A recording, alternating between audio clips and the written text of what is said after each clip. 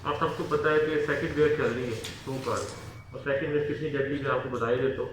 लेकिन ओवरऑल हमने अभी तक 23,200 टेस्ट कर चुके हैं, और 23,000 में से 19,000 जो सस्पेक्ट आए हैं, यानी उनको मशकूक आप कह सकते हैं। 909 अभी तक पॉजिटिव हो चुके हैं अटैक में, तकरीबन हम 1000 के करीब पहुँच गए हैं। 18,600 समथिंग नेगेटिव है। जो 909 पॉजिटिव हुए थे उसमें से 740 रिकवर कर चुके हैं, और 25 की अनफॉर्चुनेटली डेथ हुई है, जिनमें से एक कल या परसों भी डेथ हुई है रिसेंटली।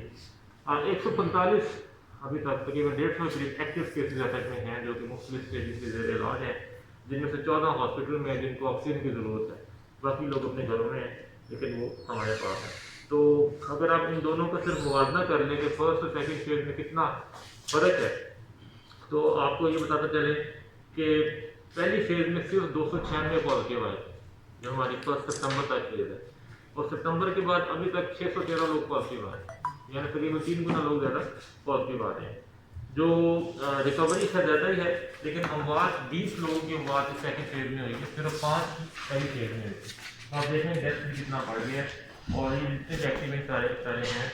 मैं इसी तवज्जो से हमेशा सबसे रिक्वेस्ट करता हूँ, आप लोगों से भी यही है कि ये मैसेज मैक्सिमम फैलाएँ कि वैक्सीन तो देखिए पाकिस्तान में है, हमारे पास जो बेस्ट पॉसिबल सोल्यूशन है वो ये मास्क टू सैनिटाइजर। तो अपना फासला रख के, और हर जगह बाज़ार में, घर में, स्कूल में, बाहर जहाँ भी आप जाते हैं, तो मेहरबानी करके सारे जो हैं बड़े बुजुर्ग मास्क पहन के निकलें। मास्क जो है ये बेस्ट डिफेंस है। आप देख रहे होंगे कि हम रोज़ निकलते हैं, डेली में DC निकलता है, AC निकलते हैं, बाज़ारों में जाकर लोगों को मास्क बांटते हैं। ये एक मैसेज देने की हमारी कोशिश है, और आज भी इंशाल्लाह मैं आप लोगों को साथ लेके जाऊँगा ताकि प्रेस भी मत आ जाए, और हम भी जगह जगह में जाके मास्क बांटें। हाँ, इसके अलावा हमने अभी तक इसी SOPs की मद में जो हमने इंस्पेक्शन की हैं, तकरीबन हमने 100 के करीब वायलेशन देखी हैं, जिसके अंदर 43 हमने मुख्तलिफ दुकानें, ऑफिस, हॉस्पिटल या शादी हॉल वगैरह सील किए हैं, और तकरीबन 3-1 लाख के करीब हमने जुर्माना किया। इसमें 3 स्कूल जो हमने बंद किए हैं, सील किए हैं। शादी वालों की वायलेशन जो है वो तकरीबन हमने उसमें 4-1 लाख का जुर्माना शादी वालों पे किया है, और 5-5.5 लाख का जुर्माना हमने रेस्टोरेंट वगैरह पे किया। ये वो जिन्होंने SOPs की वायलेशन की। इसके अलावा बड़ी इंपॉर्टेंट चीज़ है जी कि गवर्नमेंट ने एक बड़े अच्छा स्टेप लिया था चीनी इंपोर्ट की। आप लोगों को पता होगा अटक में तकरीबन 1000 टन चीनी इंपोर्ट की गई, जो हमने सस्ते रेटों पे मार्केट में बेची भी और फ्लड भी की, और उसका जो हमारा मकसद था वो कामयाब हुआ कि चीनी की कीमत नीचे आ गई। वो चीनी जो अभी आज से तकरीबन 1 माह पहले 105-110 पे चल रही थी, वो अब तकरीबन 80-81-82 रुपये पे आ गई, यानी 20-25 रुपये का फ़र्क पड़ गया सिर्फ चीनी की अवेलेबिलिटी होने के वजह से। सोलर बाजार चल रहे हैं हमारे भी, और हमारी कोशिश है कि उसमें जो भी चीज़ मिले वो आम मार्केट से सस्ती मिले। अटक के हवाले से एक बहुत इंपॉर्टेंट प्रोजेक्ट है, वो है गुरुद्वारा पंजा साहब की जो रेनोवेशन है। ये जो भाई साहब का भी इनिशिएटिव था, फिर हमने भी कोशिश की है कि जो वहाँ पे दरीना मसला है कि जो गंदा नाले का पानी है वो मिक्स हो जाता है उनके साफ पानी के अंदर, और वो ये हमारे लिए तो नहीं, लेकिन सिखों की मज़हब के लिए ये बहुत इंपॉर्टेंट है। तो उनका बड़ा ही गिला शिकवा आता था इसके ऊपर, उसके लिए गवर्नमेंट ने और हमने कोशिश की है कि एक पब्लिक हेल्थ की एक स्कीम मंजूर कराई गई है, जिसमें हम उस नाले को कवर करके अलग-अलग कर देंगे, ताकि कभी भी जो गंदा पानी वो साफ़ पानी में मिक्स ना हो, और उनका जो अपना तालाब है पाक पानी का वो गंदा ना हो। तो इंशाल्लाह जल्दी हम ये स्कीम भी लॉन्च करेंगे। इससे जैसे नारावाल में हुआ, इसी तरह अटक में भी आपको नज़र आएगा कि ये इस गुरुद्वारे में भी इंटरनेशनल एक फोकस बढ़ जाएगा। लागत से उसकी 50 मिलियन जी, 50 मिलियन रुपीज़। इसके अलावा खूबसूरती के लिए हम आपने देख ही रहा होगा, झंडा चौक हमने झंडा लगाया, वहीं पे अब एक हम अल्लाह का एक बहुत बड़ा चौक बना रहे हैं, और उसको मैं चौक है उसको चौक शहीद नाम कहें, क्योंकि उसमें जो हमारे DSP शहीद हुए शौकत साहब, उनकी याद से हम उसको मंसूब करना चाहते हैं, और साथ साथ अल्लाह का नाम भी होगा, और जिस अल्लाह के लिए जान दी है तो उसके लिए उनकी तस्वीर भी वहाँ लगाएंगे। तो अल्लाह चौक से हम बनेंगे इंशाल्लाह, आने वाले हफ्ते आपको विजिट भी करूँगा मैं, वही हम देखेंगे और अच्छा चौक बनेगा।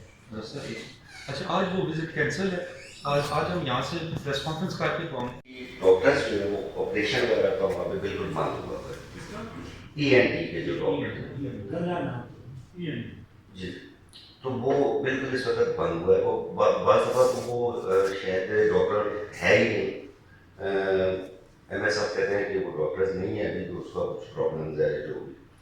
दूसरा सर ये है, उसके साथ साथ हॉस्पिटल के अंदर एक कैंटीन बनी हुई है। अभी कुछ दिन पहले, 2-4 दिन पहले वो सील भी हुई है सर। उसका खाना अब से नहीं, शुरू से ही बड़ा नाकिस और मार्केट रेट से तकरीबन बराबर ही है। जबकि कैंटीन का मतलब ये होता है कि वहाँ पे सहूलियात भी दी जाए और खाना भी उसको अच्छा, जो लोग आते हैं वहाँ पे उनको फराहम किया जाए। लेकिन ये दोनों चीज़ें नहीं है, तो अगर ये चीज़ें सर वायलेशन वहाँ पे है, तो ऐसे जो ठेकेदार हैं उनका टेंडर मनसूख करके कोई नया टेंडर किया जाए।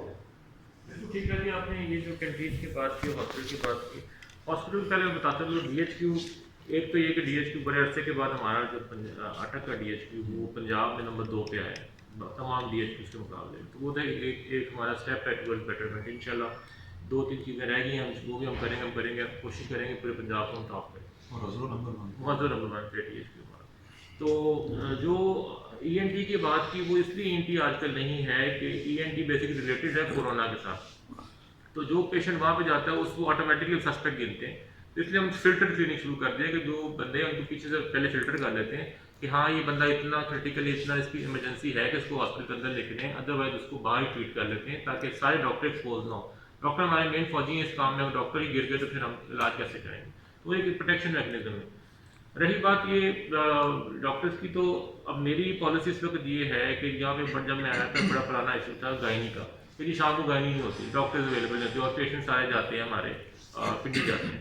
अब जितने भी THQs है उसमें हम इंश्योर कर रहे हैं कि शाम के टाइम कम से कम एक गायनेकोलॉजिस्ट शाम को जरूर अवेलेबल, और वो कोशिश उसकी ये होती है कि वो मौजूद हो, ये नहीं कि अवेलेबल, ताकि अगर इमरजेंसी शाम को आती है तो उसको बजाय पिंडी रेफर करने के उसको वहाँ पर मौके पर ट्रीट कर दिया जाए। एक तो ये कोशिश कर रहे हैं। डॉक्टर्स की भर्ती के हवाले से हमने अब इस वक्त अटक में, पूरे अटक में मेरा ख्याल है को 5-6 सीटें बच की होंगी, बाकी सारी फिल कर दी, और 5-6 वो बचती जो कि रोटेशन में होती, जो खाली हुई थी उनकी जगह दूसरे लोग आ जाते हैं। तो मैक्सिमम डॉक्टर्स अवेलेबल हैं इस वक्त, एमरजेंसी में भी, OPD में भी, जनरल हर हॉस्पिटल में, THQ BHQ में डॉक्टर्स अवेलेबल हैं। जो आपने बात की कैंटीन की, कैंटीन का नाकस था, लेकिन कैंटीन ज़रूरी थी लोगों के लिए, क्योंकि हॉस्पिटल लोग आते थे तो लोग कहते थे कि हम शाम को आएंगे, हमें क्या खाने पीने कहाँ से मिलेगा। लेकिन उसकी इतनी शिकायत थी, महंगाई इतनी ज़्यादा थी उसके पास, वो SOP बिल्कुल फॉलो नहीं कर रहा था कि हमें उसका एक्शन लेना पड़ता। बाकी आपने नाकस क्वालिटी की बात की, दोबारा भी चेक करेंगे, अगर दोबारा भी इसका यही हाल है तो उसको फिर हम नहीं छोड़ेंगे, दोबारा बंद कर देंगे। सर एक क्वेश्चन है।